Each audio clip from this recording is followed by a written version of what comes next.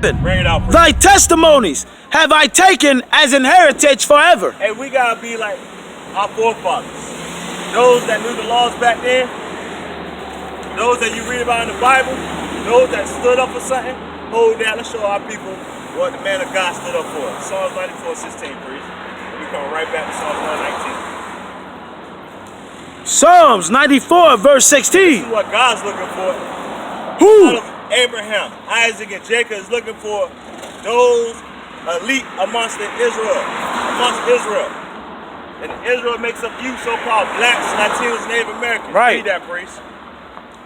Psalms 94, verse 16. Who will rise up for me against the evildoers? I know me and my brother not the only ones out here that seen what's going on in the world. Not seeing what's going on when you see the murders that's happening to black people, when it comes to our people doing to each other, and also when the other nations, when they get their hands on us. Because all it is just a nation against nation thing. But our people, we forget, because we so divided amongst ideology, theology. So our people, we confused. We don't know what we doing out of ignorance. And God said he weakened us in our ignorance, because we don't know the law, statutes, and commandments. So God, now he asking, when you coming back, when you open your eyes, because surely oppression makes a wise man mad. And our people, they are now oppressed then. They are now oppressed. No, they ain't wise. They oppressed, they just not wise. They don't think they're oppressed. They don't think they in, because of the what? The chains and shackles is not physical no more. Because it's more mental, and because of their mental capacity, they think they free. Under the white man theology, our people think they're free and not slaves. They don't know that y'all pay the bills when they tell y'all to pay the bills. Y'all go to work when they tell y'all to go to work. That sounds like slavery to me. That's not. I don't know what type of freedom. Hey, priest, you said something else. Listen, I just got work now. For some reason, we got servitude in America mixed up with manhood. Yep. For us to be they base our manhood off of how good we can serve them. Yep. How good we can serve them. And the only one we're supposed to really serve is God. Yep. With joyfulness and gladness. Yep. But finish reading that though. I'm sorry, priest. Psalms 94, verse 16. Bring it out, priest. Who will rise up for me against the evildoers? Because our people love fighting over their slave master. They love fighting over George Washington. They love fighting over Benjamin Franklin. They love their slave masters. They ain't dead presidents, they dead slave masters. And our people love killing each other over that slave masters, over their slave masters. They want them Jacksons. They want them Ben Franklins. They love their slave masters. They work hard for their slave master. They idolize their slave master. What they said, don't sleep till you're dead. To work for the slave master. Yep. But finish reading that though, priest. Or who will stand up for me against the workers of iniquity? And we gotta understand that we are in this spiritual fight. This fight is not physical no more. It's spiritual. That's why me and my brother, we out here trying to feed our people with the word. Yep. So they can be washed with the washing of the word, as it says in Ephesians. We'll go back to Psalms 119. Please. Psalms 119, verse 11. Bring it out, priest. Salakia. Psalms 119, verse 111. Bring it Thy out. testimonies have I taken as an heritage forever. So we can go in the scriptures, and we can use God's word through his prophets, and we can use them as a testimony. And the testimony is left for us as an inheritance.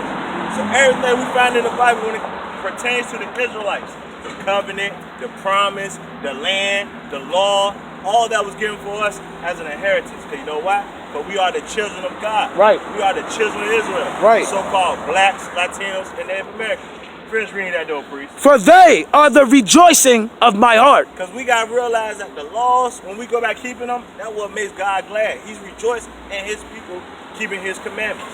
He rejoiced when his children keep his laws. He have joy in his people when they keep the commandments. Finish reading that though, priest. Finish. Verse 112. Verse 112.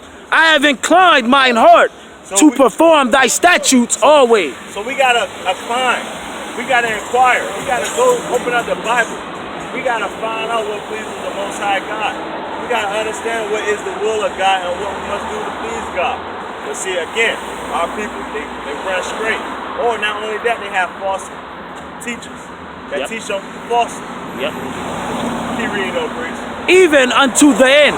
Even until the end. Now, hey, give me Exodus 33.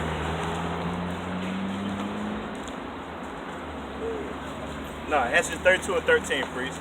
Now, who are we supposed to be serving though? As Israelites. Because we are the Israelites. The Israelites we're supposed to be serving. Let's see who we're supposed to be serving. Bring this out, priest. Exodus 32, verse 13. Remember Abraham, Isaac, and Israel, thy servants. So we got to remember that Abraham, Isaac, and Israel was also God's servant. They served God. They listened to his commandments. They did what he said. Can you read it, priest? To whom thou swearest by thine own self. So, and that's who God said that he gave law, statutes, and commandments to. By himself and no one else. Read, priest. And saidest unto them, I will multiply your seed as the stars of heaven. And that's what he did. He multiplied the nation of Israel, so-called blacks, Latinos, and Americans. We are the majority. We are the majority. This world was made for our sake and no one else. But keep reading though, priest. And all this land that I have spoken of will I give unto your seed, and they. There was the land of the Canaanites, the Jebusites, the Hamites, those nations that he gave us, their land, for inheritance, for us to go over there for as a spoil. But you know what our people did? They threw all that away. They threw all that away. They threw all that away because they went where? They went off. They went off in their sins. Because of our sins, we are now in our captivity. We finish reading that, priest. And they shall inherit it forever. And we're going to inherit that land when Christ comes back. But we're going to inherit that land forever. Right. All praise to the Most High. Hey, give me Leviticus 25:55. You already know what those are to. Let's keep going into the topic on servants. Who we supposed to be serving? Bring this out, priest. Leviticus 25, verse 55. Our people just found out that Abraham was his servant. He found out that Isaac was his servant. Right. And he also found that Israel was his servant. Right. So since we are descendant of Israel, Jacob, what should the children of Jacob be to God, if not servants? The answer is, we are his servants. Bring this out though, priest. Leviticus 25:55. For unto me the children of Israel are servants. Unto God, we got to remember, we're supposed to be serving God only, not men, but God. Read, priest. They are my servants, whom I brought forth out of the land of Egypt. I am the Lord your God. Let's get Egypt real quick. Exodus 20 and 2. Because, matter of fact, let's get some history real quick. Go to Exodus 1.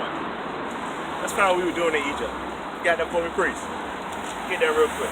Let's get some context behind. How you doing, bro?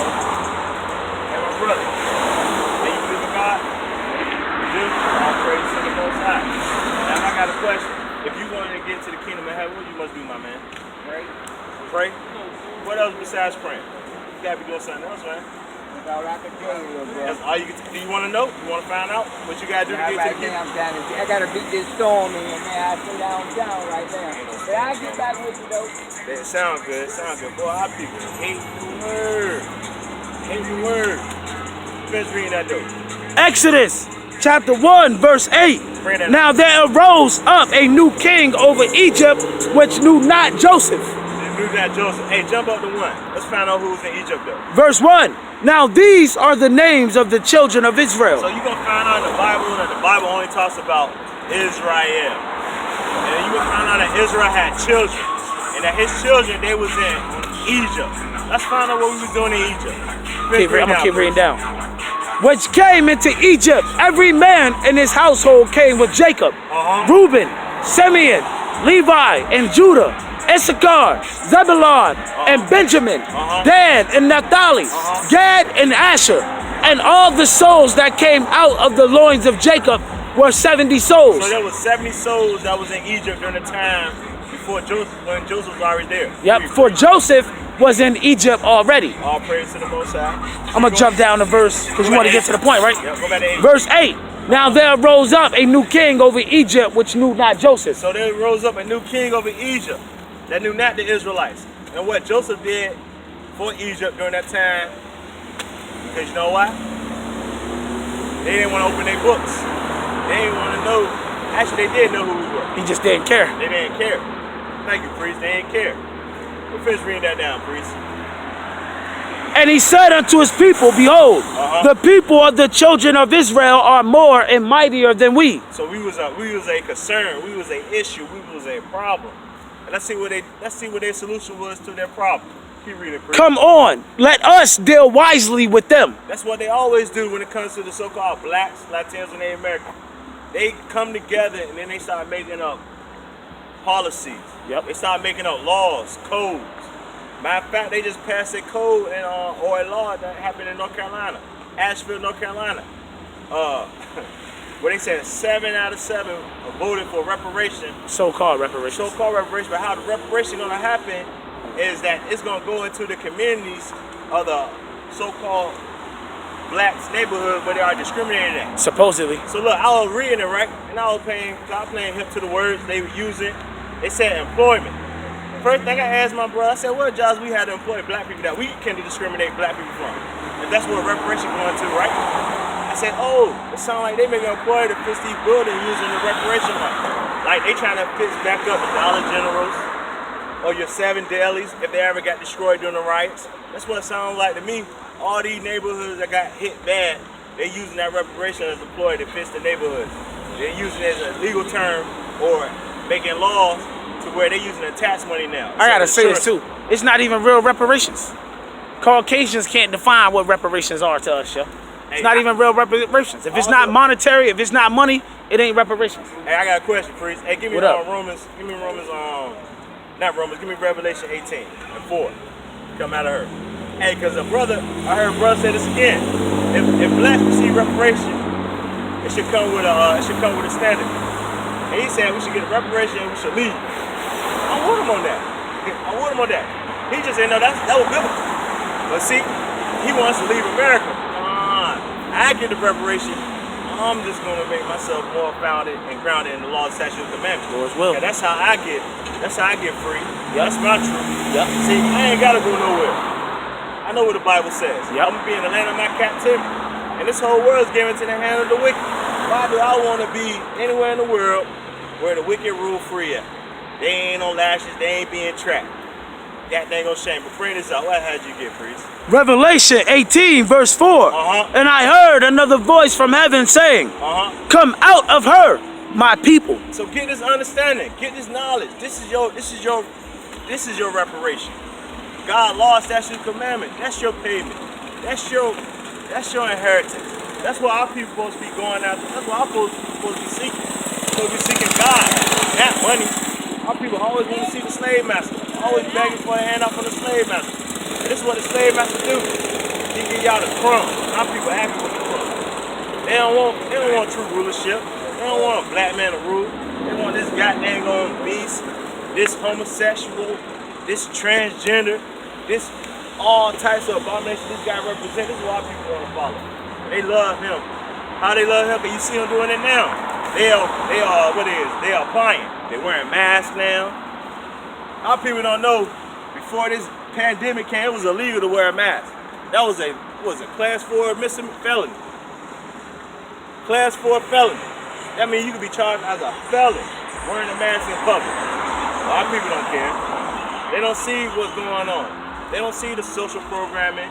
They don't believe in they don't believe this is a spiritual warfare. They don't believe that the laws are spiritual. They believe that the white man gonna rule forever. They believe that Jesus Christ gonna be here forever. They don't think that the nation of Israel is not gonna wake back up keeping God's laws, statutes, commandments. We'll finish bringing that out. When you say Jesus Christ, you talking about white Jesus. White Jesus. Because the Jesus we serve, the Jesus we talk about, the Jesus we read about is a black Messiah. That's right. Not no white. That's right. He ain't white. That's why we out here telling our people we the Israelites. Bring it out. We ain't like Nick Cannon. We ain't like Steven Jackson or Deshaun Jackson. We ain't gonna shuck and jive. We ain't gonna tuck our tails and hide. We ain't gonna apologize We either. ain't gonna apologize. But we know who we are. Bring it out, They priest. tell us who we are. But not no more. We take what they try to use to say that oppresses us, and we using that to free us. We taking the Bible and we using that to liberate us. To give us back that understanding, give us back our understanding and our wisdom. Do you know our understanding and wisdom come from keeping God's laws, statutes, commandments, my brother? Let's get that Deuteronomy 4 real quick, priest. Deuteronomy 4, I think it's 5. It is. Bring that out for the bro. The book of Deuteronomy, chapter 4, verse 5. Behold, I have taught you statutes and judgments. And these laws, statutes, and judgments he taught us, they are our heritage. Read, priest. Even as the Lord my God commanded me. The same way God commanded Moses, Moses commanded the children of Israel.